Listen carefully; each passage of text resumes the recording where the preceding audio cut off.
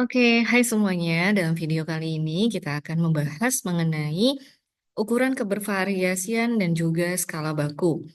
Namun, ukuran kebervariasian yang akan dibahas dalam pertemuan kali ini dimulai dari varians. Jadi, karena di pertemuan sebelumnya saat offline class saya sudah membahas mengenai range, kemudian juga standar deviasi, mean atau rata-rata standar deviasi atau rata-rata simpangan, begitu ya. Maka dalam pertemuan ini kita akan membahas mengenai varians dan juga nilai Z-score. Baik, let's go. Ya,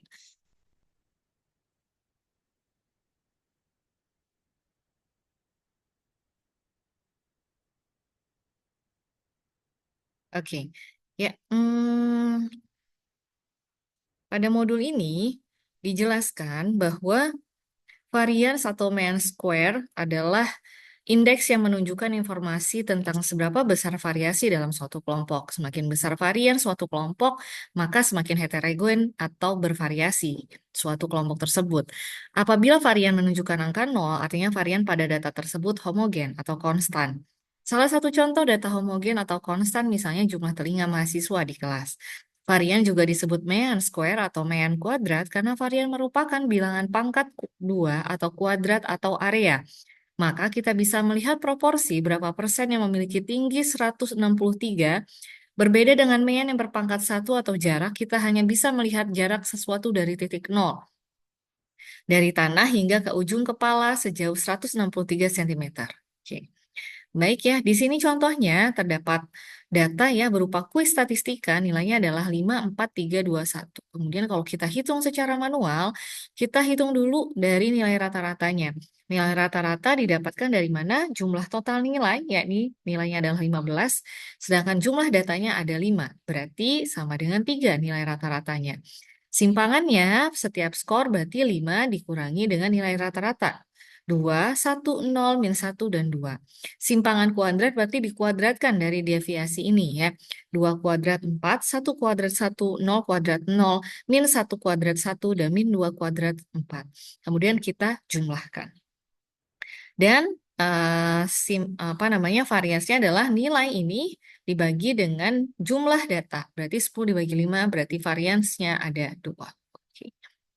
Lanjut, kita punya data ya. Datanya merupakan nilai UTS.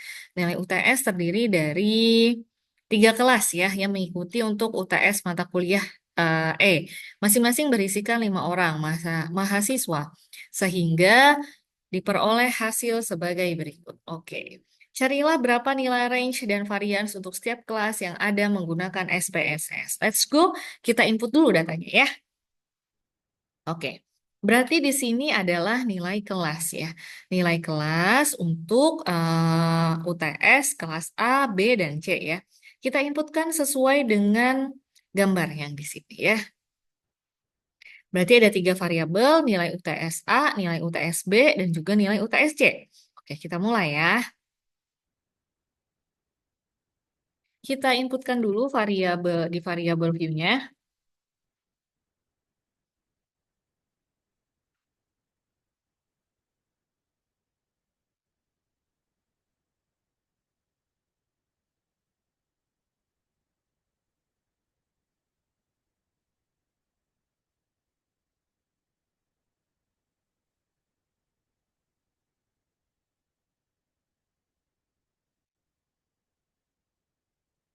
Oke. Karena di dalam data tersebut tidak ada desimal, maka di sini desimalnya kita nolkan semua ya. Dan datanya berupa angka, maka di sini measure-nya adalah scale. Oke. Baik, tidak ada pengkodean, jadi values-nya tidak perlu dirubah. Maka sekarang lah selanjutnya kita akan menginputkan data di data view. Let's go. Oke. Untuk kelas A nilainya untuk 5 mahasiswa ini kesemuanya adalah 50 ya untuk kelas A. Sedangkan untuk kelas B 50, 40, 30, 60, 70.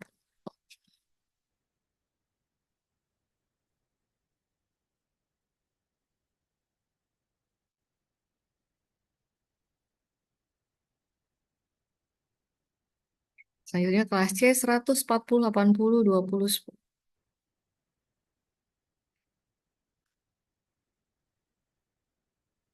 Jangan lupa kita save dulu data ini ya.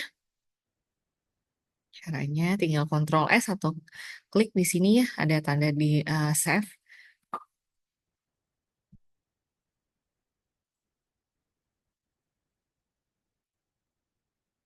Oke.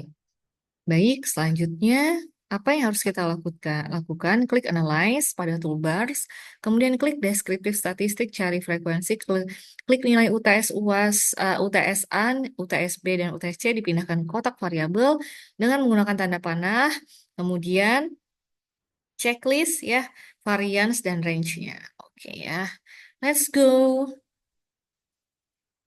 Ya, oke.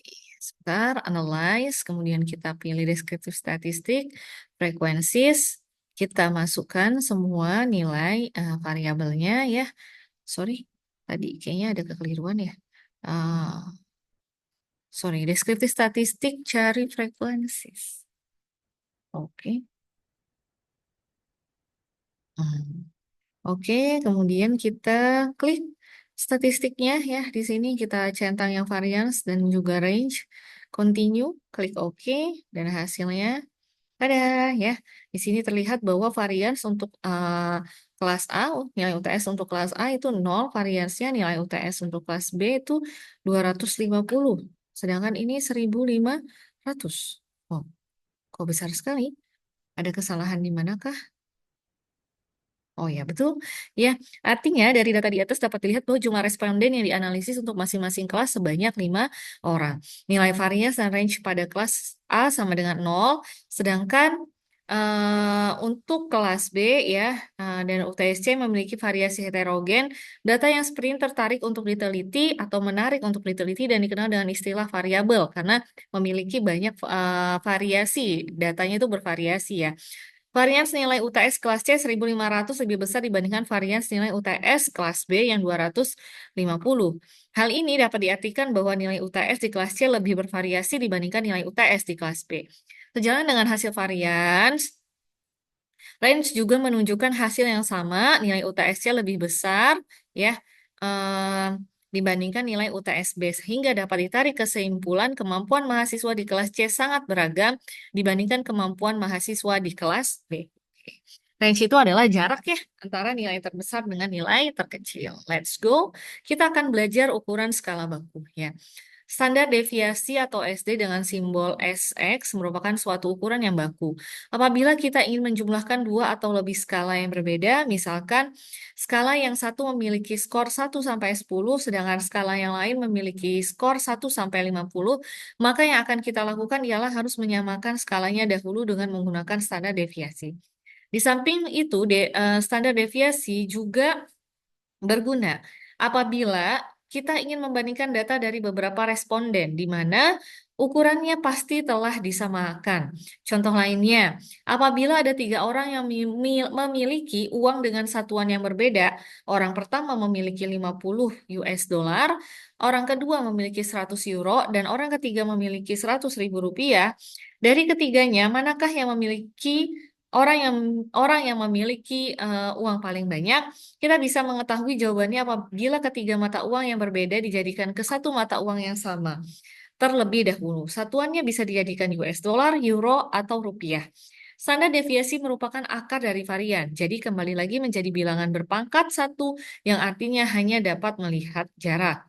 Konsep standar deviasi mirip dengan mean. Apabila terdapat data X atau raw score yang lebih besar dari nilai mean, titik nol atau titik origin, maka akan bernilai positif dan apabila terdapat nilai X atau raw score yang lebih kecil dari nilai mean atau titik nol atau titik origin, maka akan bernilai negatif.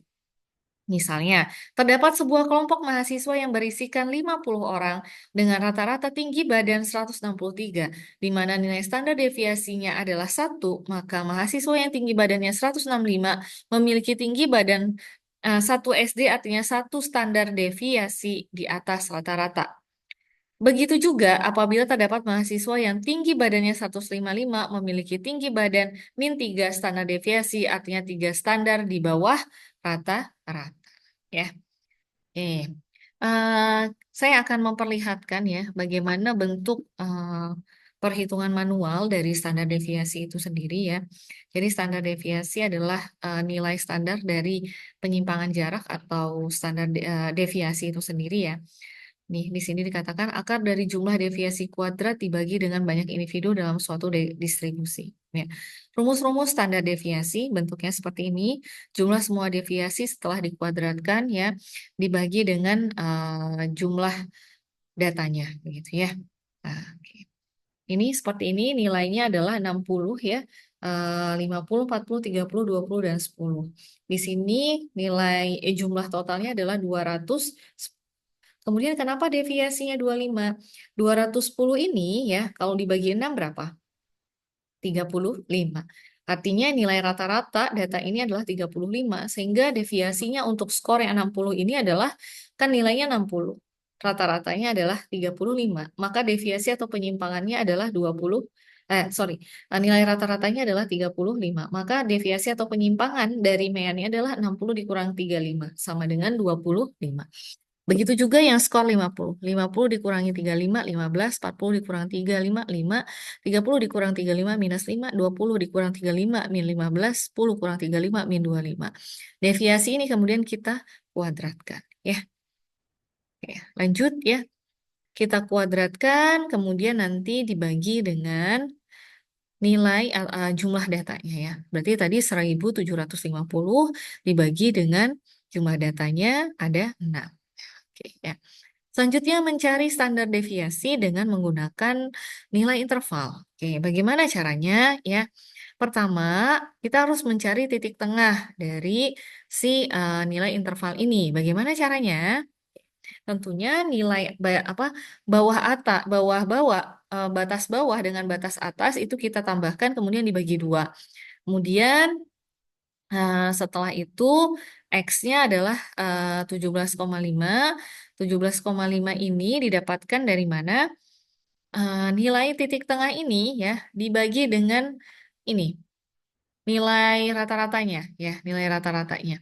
Berarti maka X-nya atau penyimpangannya adalah 17,5. Fx-nya adalah 17,5 dikali 2, 10,5 dikali 8 ya. Selanjutnya 3,5 dikali 19 ya, begitu ya seterusnya. Nah, oke. Kita sudah dapatkan tadi ya nilai X dan Fx, kemudian adalah sekarang Fx kuadrat. Bagaimana mencari nilai Fx kuadrat? Fx ini dikalikan lagi dengan nilai X-nya atau nilai penyimpangannya, maka didapatkanlah seperti ini ya. Oke, lanjut. Setelah itu, baru kalau sudah kita dapatkan nih Fx kuadratnya, baru kita bisa mencari itu ya, nilai dari standar deviasi. Oke. Nah, selanjutnya kita akan belajar mengenai nilai standar, di mana nilai standar itu jenis-jenisnya terdiri dari 2. Yang pertama ada Z-score dan ada T-score. Yang dimaksud dengan Z-score adalah penyimpangan suatu nilai variabel dari mean dalam satuan standar deviasi. Ya, contohnya seperti apa ya? Nah, ini kalau contoh secara manualnya ya adik-adik, ini adalah bentuk dari penyimpangannya atau standar deviasinya ya. Dan ini X kuadrat, Z score, T score ya. Oke, langsung saja kita masuk ke secara teoritis dulu ya semuanya. Kegunaan Z-score. Apa guna dari Z-score? Z-score adalah membandingkan posisi seseorang dengan orang lain di dalam kelompok masing-masing. Contoh, Jono mendapat nilai statistik 50 dan Joni 80. Jono menilai dosennya pelit nilai, sedangkan dosen di kelas Joni baik hati. Apakah nilai Joni memang lebih baik dari nilai Jono atau sebaliknya? Untuk membuktikan apakah nilai Jono sama dengan Joni atau malah lebih baik dari Joni, kita harus menggunakan Z-score. Bilangan yang menunjukkan seberapa jauh suatu nilai angka kasar menyimpang dari mean dalam satuan standar deviasi. Z-score menunjukkan posisi data ketika dibandingkan dengan nilai rata-rata. Kalau Z-score-nya 0 berarti berada pada mean, sedangkan kalau Z-score-nya plus di atas mean, minus di bawah mean. Z-score 1 artinya berada pada satu standar deviasi di atas mean, Z-score minus 2 berada pada 2 standar deviasi di bawah mean. Nah, Ini batasan kurva normal itu berjarak antara min 3 sampai plus 3, tapi sebaiknya kita memiliki Z-score dengan rentang min 2,5 sampai 2,5. Karena rentang ini cenderung menghasilkan normalitas data yang baik. Em, Menghitung nilai Z. Nilai standar dari suatu skor menunjukkan kedudukan skor tersebut dalam satu sebaran. Nilai standar dapat berupa Z-score, nilai Z, atau T-score, nilai T. Nilai Z adalah berapa standar deviasi skor tersebut dihitung dari mean. Jika satu kelas terdiri dari 100 anak dengan mean 60 dan SD 15, maka nilai Z-score-nya adalah nilai Z-score dari 70 adalah, di sini kan nilai mainnya 60. Sedangkan misalnya si Banu nilai skornya itu 70. Maka Z-score-nya adalah 70 dikurangi 60 dibagi standar deviasi. Hasilnya adalah plus 0,67. Artinya nilai si Banu ini 0,67 standar deviasi di atas nilai rata-ratanya.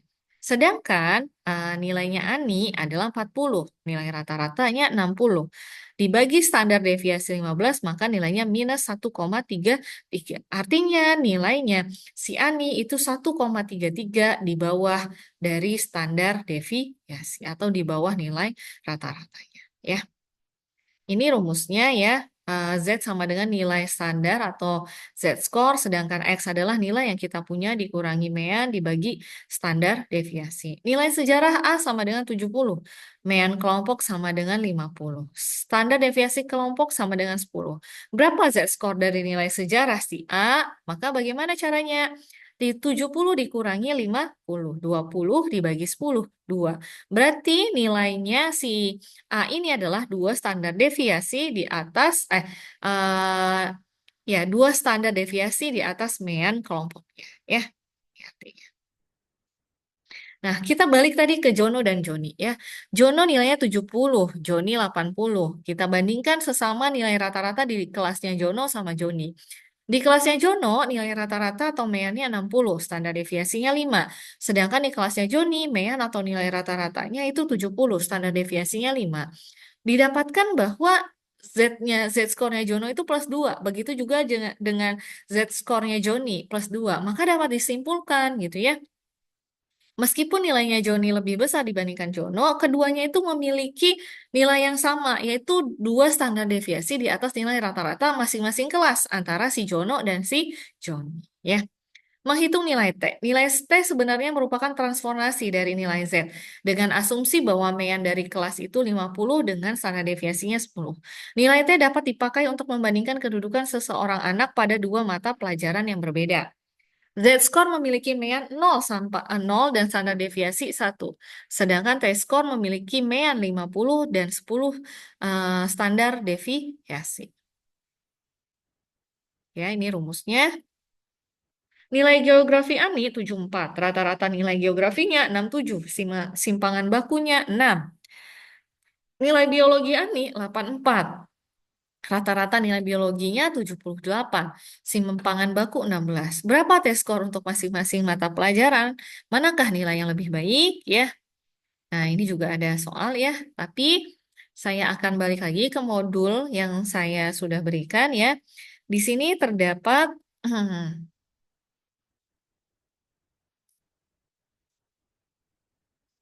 Terdapat kalau tidak salah ada 5 soal ya, dan kalian diminta untuk menerapkan em, materi-materi yang sudah kita pelajari terkait dengan ukuran baku ya, sorry maksudnya ukuran keterwakilan, yakni seperti mean, median modus, kemudian ada ukuran kebervariasian dan juga skala baku berupa set score. Oke, silakan dikerjakan dan good luck.